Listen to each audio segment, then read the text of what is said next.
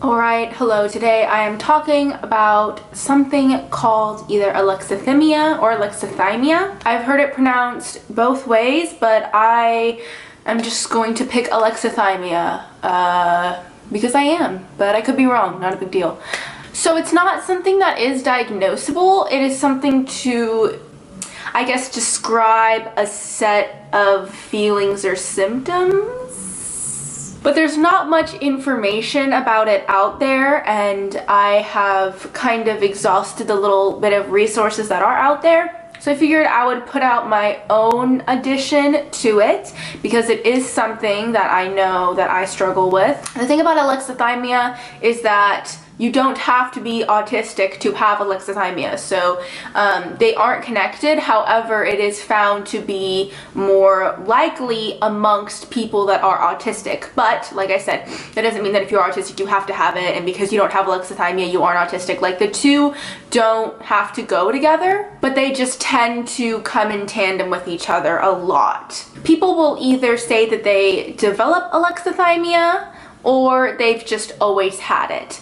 I'm not really sure how I feel. I know I've had it for a chunk of years now. A part of me thinks it's something that I might have developed at the age of about 15. What is alexithymia? Basically, it's an inability to identify one's feelings and emotions, being able to verbally express them, and being able to understand intuitively others' feelings just by body language or little subtle hints and that kind of stuff.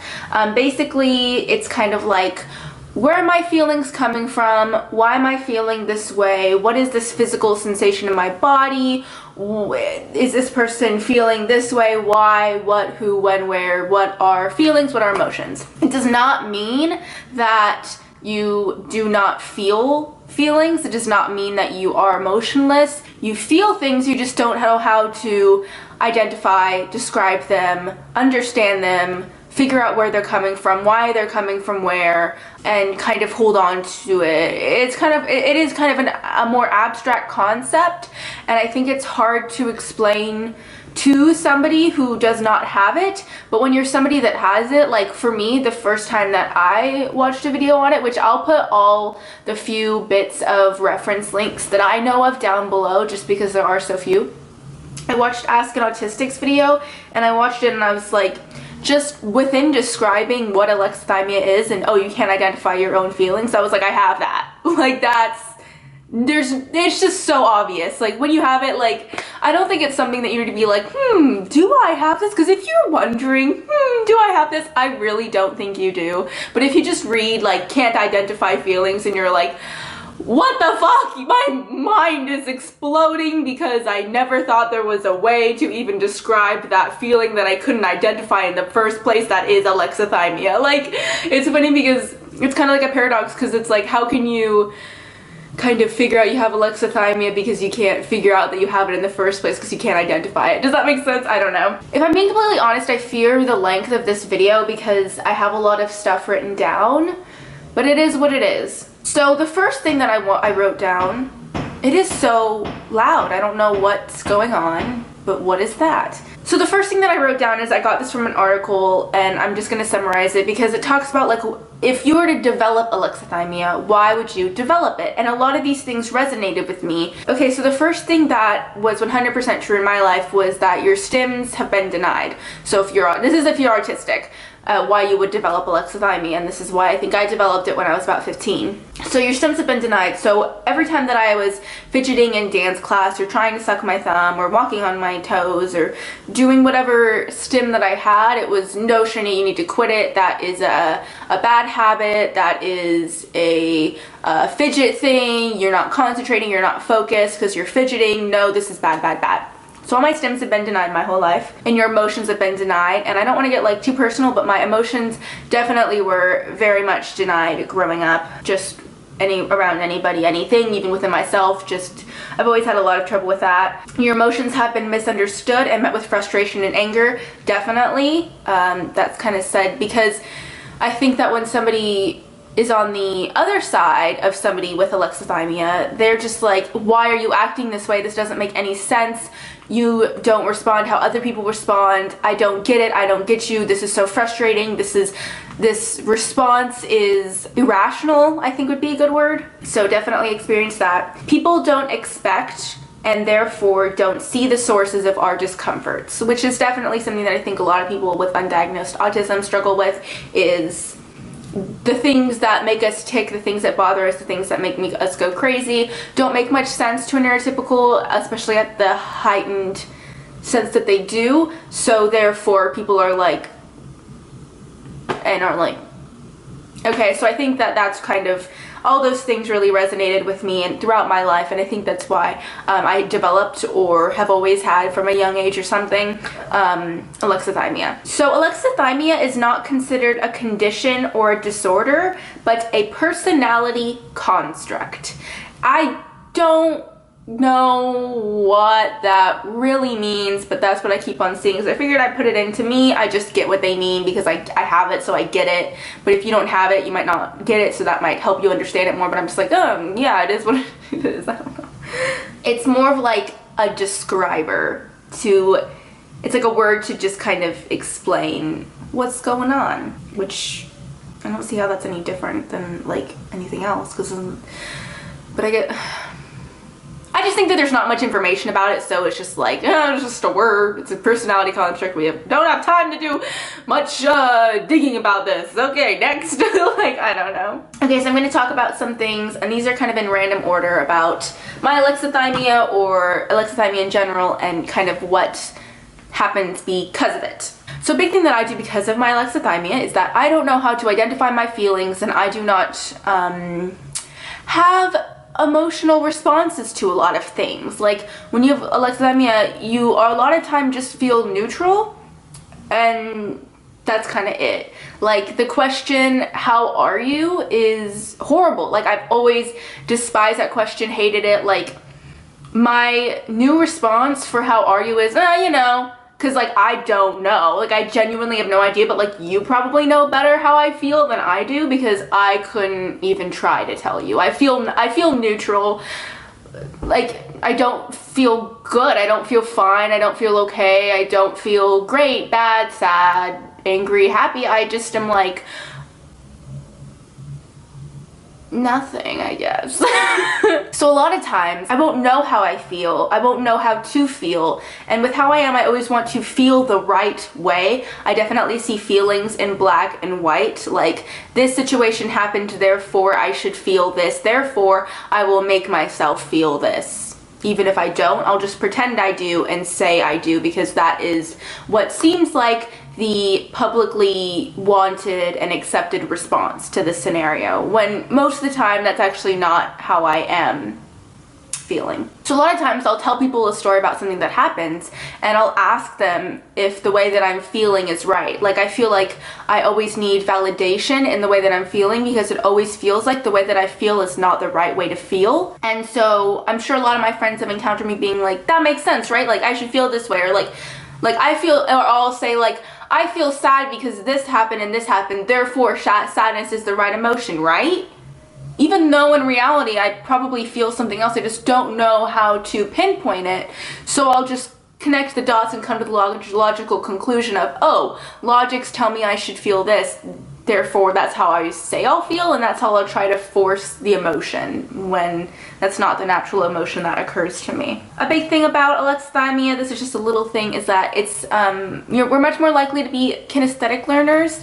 I know for me personally, I am visual and kinesthetic. I don't know, there's something about like the actual physical sensation of touch, because it's not an abstract concept. It's like what's actually, you can't, it's a fact, it's a factual thing. It's like, this is wall. To everybody, wall feels this. You know, this is how you learn, touch it, there's no denying this. That everybody touches it and feels the same touch.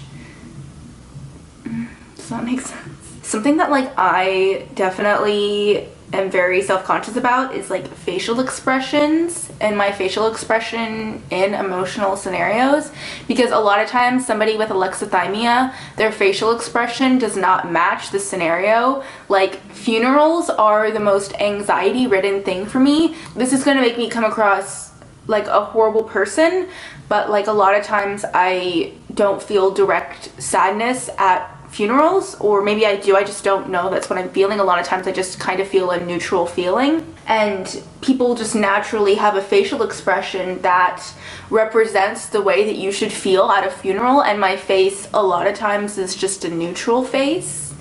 And so I get really self-conscious about it, and I'll try to like force my facial expression so that I don't seem like a cold-hearted bitch. Now, I definitely do respond, like if I'm at a funeral and somebody close to me is upset and crying, then that will trigger an emotional response to me, but I won't get that emotional response just naturally from myself. I normally will only get it from other people feeling emotions. Like if somebody's crying, I can see that physical like visual representation of sadness when tears are streaming down somebody's face, and so it clicks and I go, oh my god, they're sad, I care for them, I do not want them to be sad, this is so sad, I am now sad. But when I'm getting it just from me, nothing's gonna come. Like nothing. It's no. Even this can happen like when I'm happy about like a gift or surprised about a gift. Honestly, even if I were to get a gift that I adore, like I have this like painting up that my best friend gave me, and it's like one of my favorite things that I've ever been given. My facial response was not a smile. Like people will naturally smile when they're happy, but I don't naturally smile when I'm happy. I smile when I'm happy in public because that's the detector that people know that I'm happy, because if I just go, I'm so happy, this is one of my favorite things that I've ever gotten, like in that tone is how I will say it, and this is what my face will look like, that's not, people don't really read that as very genuine, and I don't want the person to think that I don't like their gift because of that, so I'll just like like I'll try to force a smile so that I can try to do my best to show them that I'm happy, but in reality, like I am very happy and excited, but my face would just be like, I'm very happy. Yeah, and in that same sense, a lot of times I'll get an emotional response from a scenario and it doesn't match other people's. Like I don't have the same emotional response as almost anybody. I definitely respond very differently to emotional situations, and as a female that's very hard because people see you, like if you're female and you're not responsive to something happening, it's looked upon as though you're like a cold stone heartless bitch and you have no feelings towards anybody or anything, and you're a selfish cunt basically, and that's not what it is. I just don't have a natural emotional response to a lot of things. Even though I know something's bad, something's happy, something's great, I continue to feel inside neutral. And even if that same thing were to happen to me, in a lot of situations I'd probably maybe even feel neutral. So this is something that I've been really wanting to try to work through and figure out. So just the other night, something sad happened and I was like, okay, this is sad, and I'm very sad about it. I have cried about it, so therefore crying equals sadness. So I'm sad, so I want to feel sad right now, because if I know my natural response is to just be like, nothing, neutral, I feel nothing, whatever, and I'll deal with it later, or I'm fine, or whatever it is, it's not to sit and feel it. So I was trying to I really wanted to feel this sadness emotion really badly, so that I wouldn't have a meltdown later on because I put it off, you know? And I couldn't. I was just sitting there being like, feel sad. Sadness is what you, just let yourself feel sad. And I can't. And it's funny because a lot of times it's the opposite for a lot of people. Like they feel sad and they can't feel anything else, and they're stuck in it and they just wish they could get out of it. But I have a lot of times I have trouble getting to that point at all. Yeah, I don't know, maybe this video makes me look like crazy and doesn't make much sense. I couldn't identify the feeling and I couldn't just allow my emotions to take over. A lot of times this is probably really good because I have a lot of control over my emotions, and I don't make any rash, emotionally driven decisions. I make very logical and calm and focused decisions, which is really nice. But sometimes you want to feel something, you know? Now, this doesn't only have to do with my feelings, this also has to do with everybody else's, as I think I've kind of touched on. So this can really complicate, because I can't even identify my own feelings. How am I supposed to figure out how anybody else is feeling? You know, because I can't even figure out what sadness means to myself. How can I figure out when somebody else is sad? And I really want to, and I try really hard to, but it's really, really hard to figure out what other people are feeling unless they have that visual representation or they tell me verbally.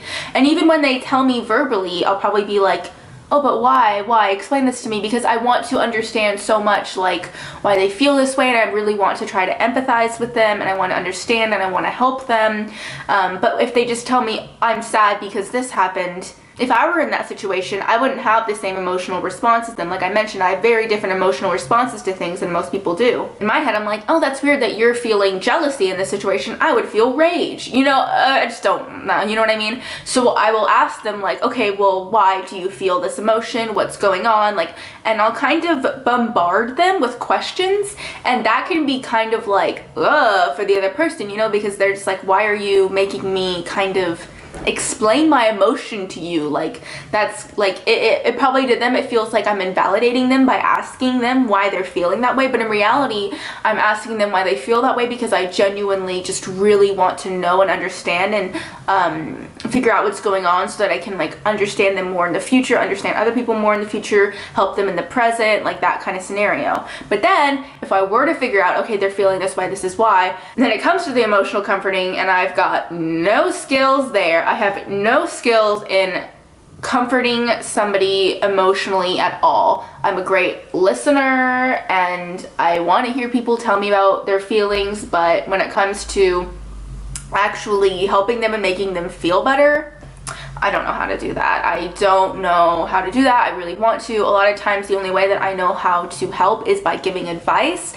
And sometimes it's great because sometimes people want advice, and I am a very neutral person in that sense of I give you a very unbiased view of what I think you should do. But at the other end, a lot of times I'm giving unsolicited advice that they didn't want. When they didn't want to fix the scenario, they just wanted me to be like, there, you're great. But I've never done that in my life. I don't know how to. It would make me feel very uncomfortable, and I just feel like I would be fake and I would be putting something on. Another big thing about alexithymia that you know you have it is just that if people will get upset with you a lot and you don't understand why they're getting upset with you. With having alexithymia, it can feel like the person with alexithymia is constantly being asked to read people's minds, and you're constantly feeling like people are just like, you should just know, you should just, you know, somehow be able to have a superpower that can read my mind and know how I'm feeling and know this and know that. And we're like, how do we do that?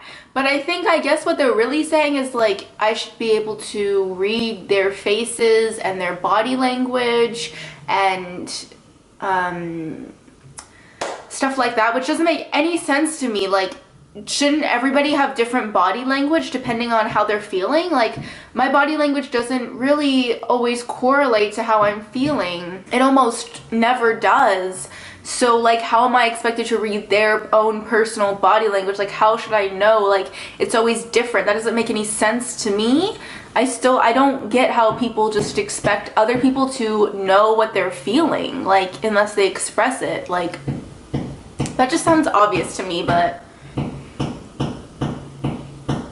I don't know who's banging on what, but it literally feels like it's right outside this door, like inside my apartment. Okay, so something else is that you can have like confusing sensations in your body. Like, I get these really weird random like chills, like body kind of spaz compulsions every now and then. Like, I just had one yesterday and I was like, ooh, that was intense. What the fuck is that? I legitimately have no idea where that sound is coming from. Ah, it's so annoying. Stop!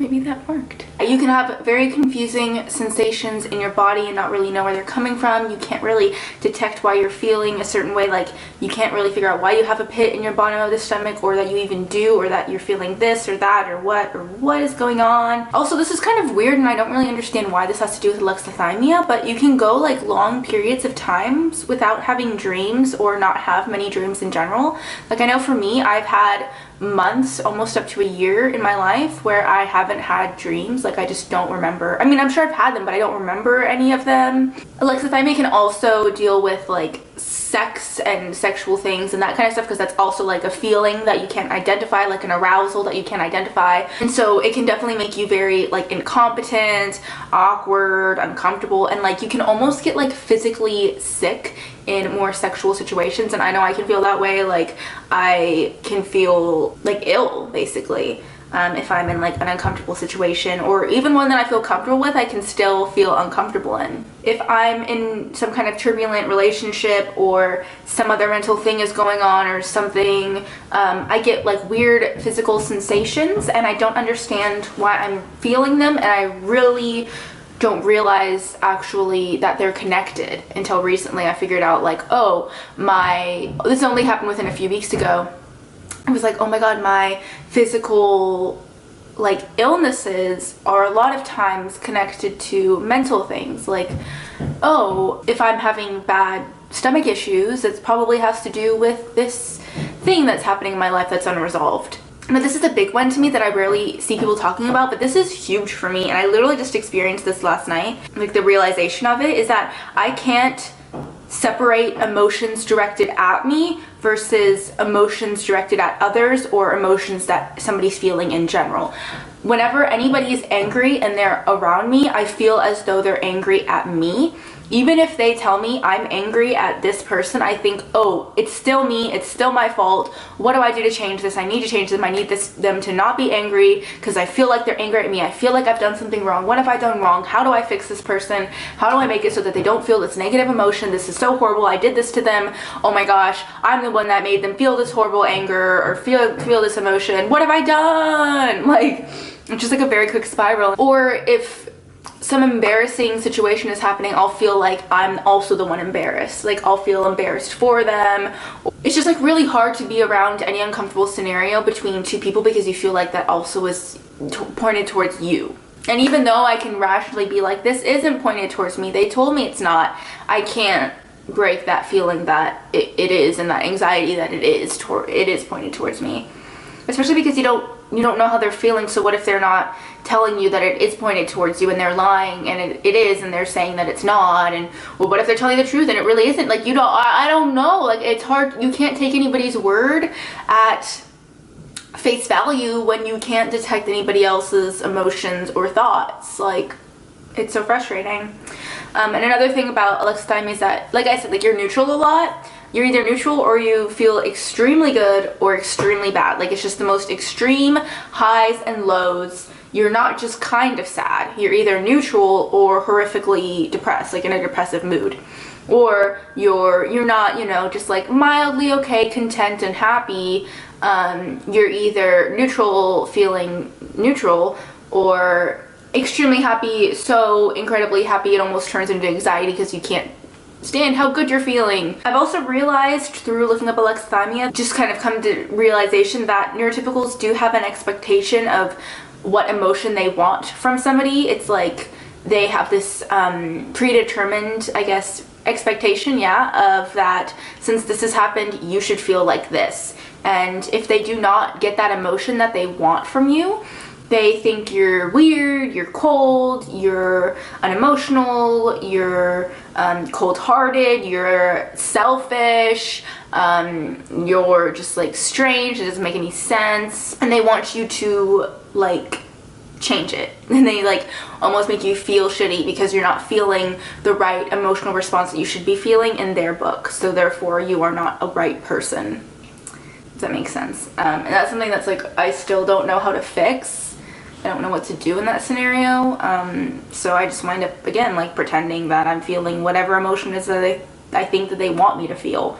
That's not always the right emotion that they want me to feel, but I just know that my natural emotion of probably what I'm feeling is neutrality, is not the right one.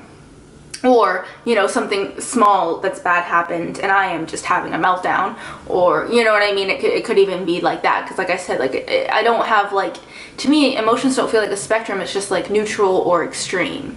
This is really something that's not well known. My therapist had no idea what it was, and she knows a lot about autism. Like, she really heavily deals with it, and she has never even heard of alexithymia. I actually had to like teach her about it a little bit. Like, she knew that autistic people can feel this way, but she didn't know that there was like a word for it, I guess. She gave me some really good advice. A lot of autistic people, like, they operate through fear. Like, that's their kind of controlling emotion. And I know for me, like, that's the only thing that I can identify. And she told me that. She was like, start trying to gauge things with your anxiety. Like, use your anxiety to figure out how you're feeling. So if I have high anxiety, that means that something's probably wrong, something's probably off, something's not right. And if my anxiety's lower, that probably means that I'm content. I'm happy in this scenario. This is a good scenario. I'm not feeling high anxiety. And instead of trying to say, am I feeling happy? Am I feeling sad? Am I feeling, am I terrified? Am I ecstatic? You know what I mean? Instead of saying, using those terms, say, is my anxiety high or is my anxiety low? And use that to gauge what your natural feeling is on a scenario. That's the only emotion that I have that is detectable. And I know that, like, anxiety isn't an emotion, but when that's the only thing that you feel is different levels of anxiety, it is your emotions, you know? So I'm going to try to start implementing that and really using that. And I've also noticed recently how important it is for me to go off of my intuition in a lot of situations, like mostly when it comes to like people and scenarios, like that kind of stuff. And like, my intuition is gauged by how anxious I am. If I feel a lot of anxiety around somebody, I know that's not the right person. If I feel a lot of anxiety in a scenario, I know that's not the right scenario. And I don't really know why it is or what I'm feeling or this, that, or that other. All I know is that, oh, I have that tightness in my chest that I get when I have anxiety. Like, you can't fake that. You can't deny that. I can't say, oh, I feel this, this, and this, therefore I should feel sad. Oh, I should feel this, this, therefore I should feel anxious. Like, I can't turn off and on my anxiety. I can turn off and on emotions if I can pretend to, but I can't pretend to turn on and off my anxiety as easily. Like, it's more of a, it's weird, but it's like a factual thing. It's the only factual thing in my life. I like black and white. My anxiety is a black and white thing. So if you can relate to this, maybe, and that makes sense, try to use your anxiety as a gauge of your emotions instead of so much using your logic that I at least like to do, and I think a lot of people with autism or maybe alexithymia like to do. So, okay, this is my whole video on alexithymia. This is really long, but there isn't much content out there, and this is a big part of my life that I've had intense struggles with. Like I said, I was really struggling with it with acting school, because they'll say, like, I remember like an exercise, I'd be like, okay, feel lost, and everybody's like, ah! And I'm literally just like neutral ass bitch, just like, because I don't really respond to loss the same way, and I can't trigger it as easily as other people, and I can't identify it and know how I'm feeling, and my emotional response to loss and how I express it is not the same as how all these other people who are crying on the floor just naturally being able to be in touch with it are. I can't do that. And I found a lot of times in acting school, the only way for me to get to those panic states of crying or whatever that feeling is like I would have to trigger an anxiety attack for myself so that I could be in that emotional state that they wanted me to actually be in, instead of just wanting the character to be in. And that's just a whole other story. Like, why can't the character just be in that state? Like, why do I also have to be in that state? Like, why can't I just act like I am? Isn't that acting? You act like you're feeling that, but you're not. Like, I don't know. That's a whole other story. I can go on a rant about how much, like, I don't know, I hate that shit. Okay, so that's about all for alexithymia. Let me know your experiences. If you went this far, thank you. Or I guess not thank you, but I guess that means that this is an important topic to you, which is cool because nobody cares about it. But maybe you do. Okay, bye.